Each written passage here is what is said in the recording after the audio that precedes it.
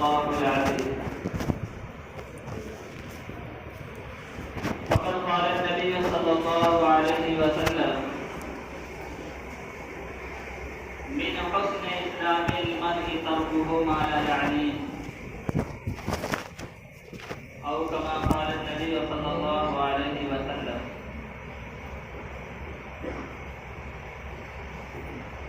محترم حضرات، میرے دینی بھائیوں اور عزیز بچوں، اللہ رب العزت نے ہمارے اس جسم کے اندر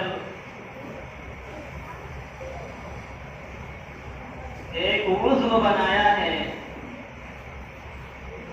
ایک نعمت رکھی ہے جو بظاہر بہت معمولی ہے،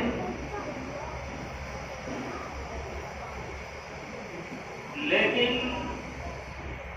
اس کا کارنامہ بڑا ہے۔ وہ نعمت زبان کی نعمت ہے۔ یہ زبان تو بظاہر بہت معمولی عضو ہے، بہت معمولی شے ہے، لیکن اسی زبان سے بندہ اللہ تعالیٰ کے ایک ہونے کا اقرار کرتا ہے، اللہ تعالیٰ کی وحدانیت کا کلمہ پڑھتا ہے، تو بندہ مسلمان سمجھا جاتا ہے،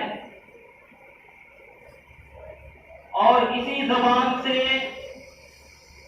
اللہ تعالیٰ کی وحدانیت کا انکار کرتا ہے، اللہ تعالیٰ کے ایک ہونے کا انکار کرتا ہے، تو ایسا آدمی غیر مسلم اور کافر سمجھا جاتا ہے۔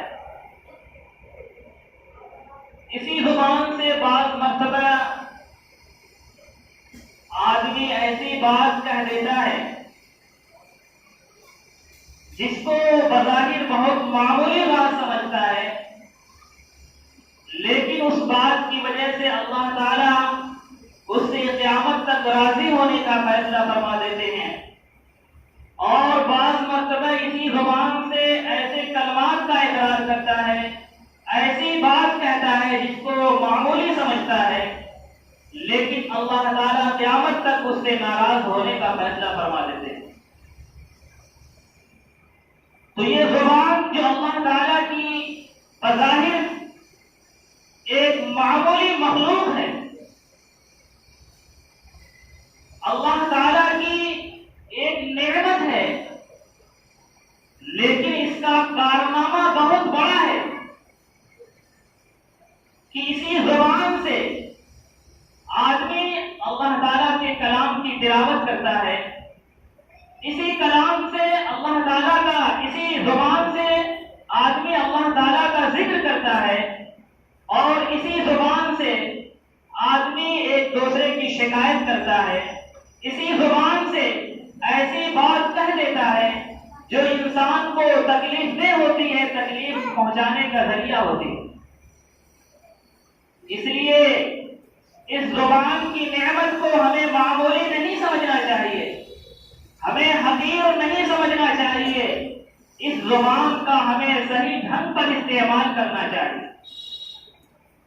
ہم کوئی بھی بات اپنی زبان سے ادا کرنا چاہتے ہیں، ہم کوئی بھی کلمہ اپنی زبان پر لانا چاہتے ہیں، تو ہم سوچیں کہ اس کا نتیجہ کیا ہوگا، کیا اس پر اللہ تعالیٰ ہمیں اجر دے گا یا اللہ تعالیٰ کی سزا کی ہم مستحق ہوں گے۔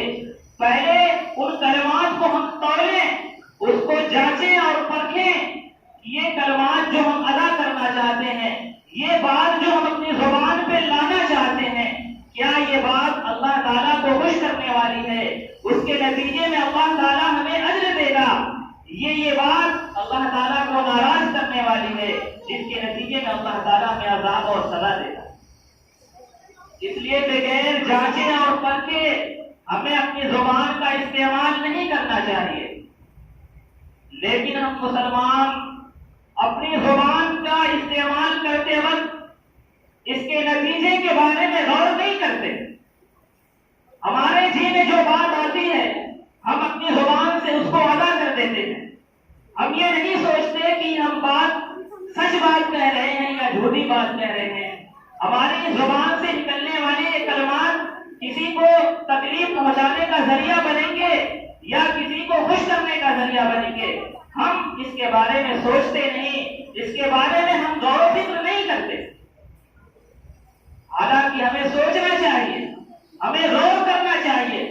اللہ کے نبی صلی اللہ علیہ وسلم سے ایک مرتبہ صحابہ نے پوچھا کہ اے اللہ کے نبی, وہ انسان کے کون سے اعمال ہیں جو زیادہ تر جہنم میں لے کے جانے والے ہیں؟ تو اللہ کے نبی نے ارشاد فرمایا کہ وہ منہ, زبان اور شرمگاہ کا غلط استعمال. آدمی اپنی زبان کا غلط استعمال کرتا ہے, اپنی شرمگاہ کا غلط استعمال کرتا ہے. یہ دو چیزیں ایسی ہیں جن کی وجہ سے زیادہ تر لوگ جہنم میں جائیں گے, اور ہم اسی بیماری میں عام طور سے مبتلا ہیں. ہم زبان کا صحیح استعمال نہیں کرتے. ہم بیجا کلمات کو اپنی زبان پہ لاتے ہیں,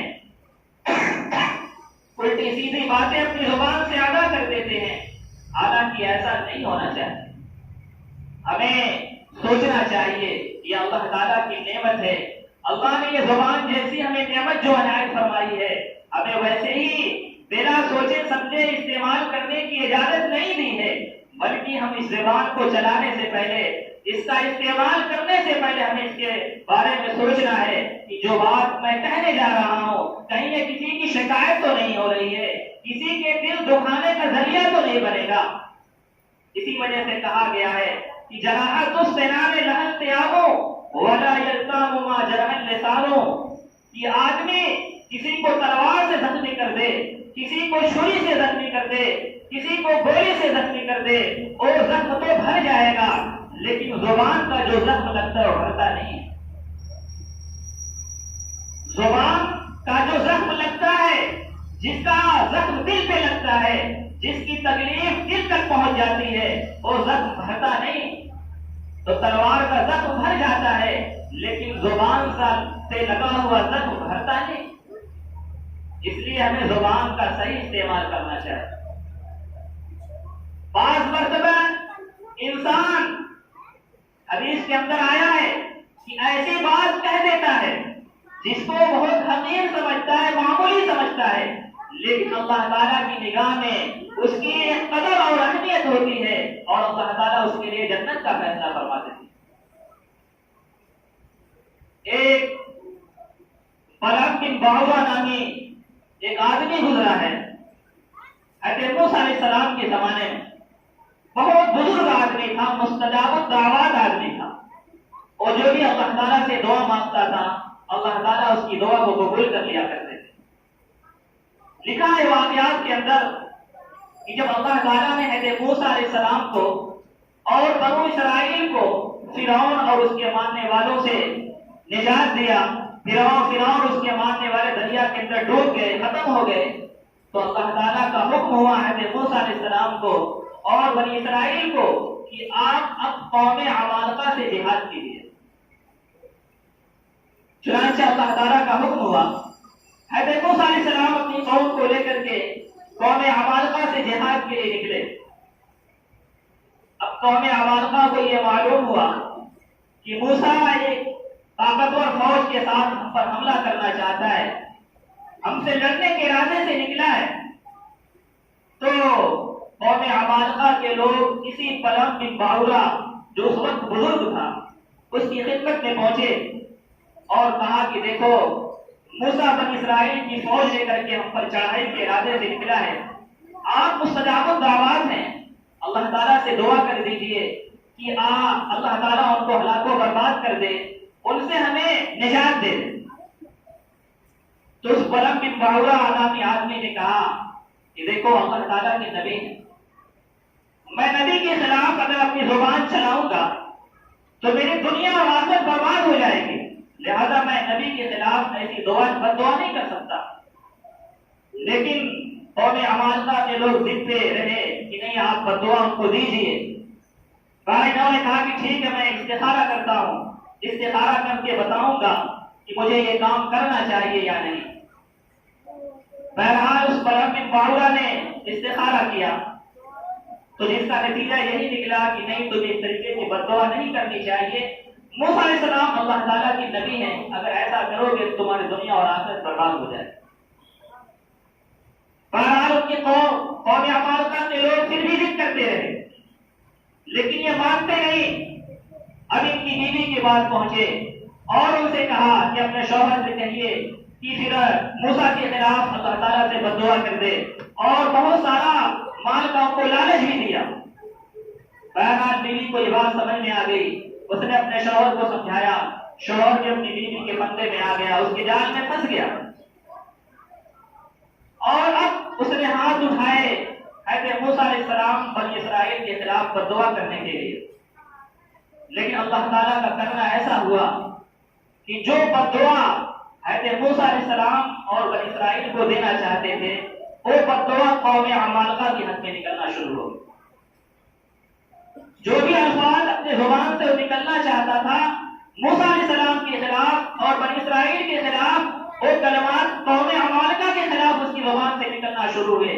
قوم عمالقہ کے لوگ چیخ اٹھے کہ اے موسیٰ، یہ تو ہمیں بد دعا دے رہے ہو، ہم نے تو موسیٰ اور بنی اسرائیل کو بد دعا کی درخواست کی تھی۔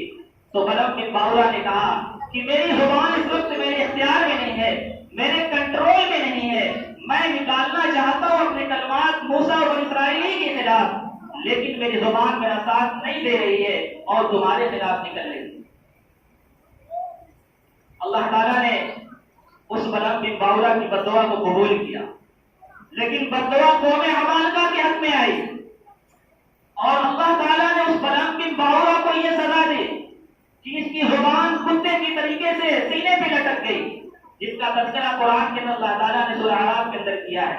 ان تحمل علیہ الحد اور تترکہ الحد، جس طریقے سے کتا ہانپتا ہے تو اس کی زبان بار بار باہر نکلتی ہے، اس طریقے سے اس کی زبان سینے پہ لٹکنے لگی اور کتے کی طریقے سے ہانپنے لگا، اور اس نے بعد میں کہا کہ دیکھو تمہاری وجہ سے میری دنیا اور آخرت برباد ہو گئی، میں نے زبان کا غلط استعمال کیا کہ وقت کے نبی کے خلاف میں نے بد دعا کے لیے اپنی زبان کو استعمال کیا، میری دنیا اور آخرت برباد ہو گئی، میری دنیا اور آخرت تو برباد ہو گئی۔ لیکن میں ایک بات تم لوگوں کو سکھاتا ہوں، وہ کام کر لو تم کامیاب ہو جاؤ۔ بلعام بن باورا نے کہا کہ ایسا کرو کہ تم اپنی قوم کی خوبصورت لڑکیوں کو پناہ و سدھار کر کے بنی اسرائیل کی فوج میں بھیج دو، اور ان سے یہ کہنا کہ بنی اسرائیل کا جو بھی سپاہی اگر ان کے ساتھ کچھ کرنا چاہے تو ان کو روکے نہ۔ چنانچہ انہوں نے اپنی خوبصورت لڑکیوں کو پناہ و سدھار کر کے حضرت موسیٰ علیہ السلام کی قوم بنی اسرائیل کے اندر بھیج دیا۔ جب لڑکیاں گئیں تو بنی اسرائیل کا ایک سپہ سالار جس کا نام غالباً شمعون تھا، وہ ایک لڑکی پہ عاشق ہو گیا۔ اس لڑکی کو پکڑ کر کے حضرت موسیٰ علیہ السلام کی خدمت میں لے کر کے گیا اور کہا کہ میں اسے اپنی خواہش پوری کرنا چاہتا ہوں۔ حضرت موسیٰ علیہ السلام نے سمجھایا کہ نہیں، یہ لڑکی تمہارے لیے جائز نہیں، حرام ہے، تم ایسا مت کرنا ورنہ اللہ تعالیٰ کا عذاب آ جائے گا۔ لیکن اس نے کہا کہ میں آپ کی اطاعت نہیں کروں گا، میں اس سے اپنی خواہش پوری کروں گا۔ چنانچہ اس سپہ سالار نے اس لڑکی کو لے کر کے اپنے قیامگاہ پہ گیا اور جانے کے بعد اس نے اپنی خواہش پوری کی، اللہ تعالیٰ کا عذاب آیا۔ اللہ تعالیٰ کا عذاب آیا طاعون کی شکل میں، اور 70,000 بنی اسرائیل مر گئے۔ اس زناکاری کی وجہ سے اللہ تعالیٰ نے اپنے عذاب بھیج دیا، اور ایک دن میں بعض حضرات لکھتے ہیں کہ ایک دن میں 70,000 بنی اسرائیل اس طاعون میں مبتلا ہو کر کے مر گئے۔